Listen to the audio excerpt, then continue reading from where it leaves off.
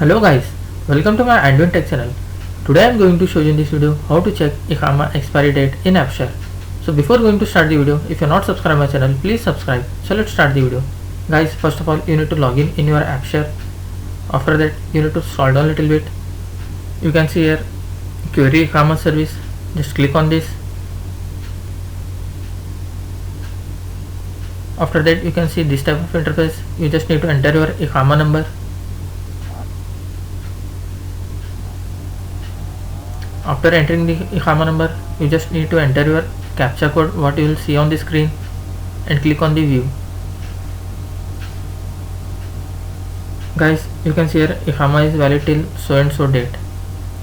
That's it guys. So in this way you can check Iqama expiry date in Absher. Thanks for watching. Hope if you like this video, please like, share and don't forget to subscribe.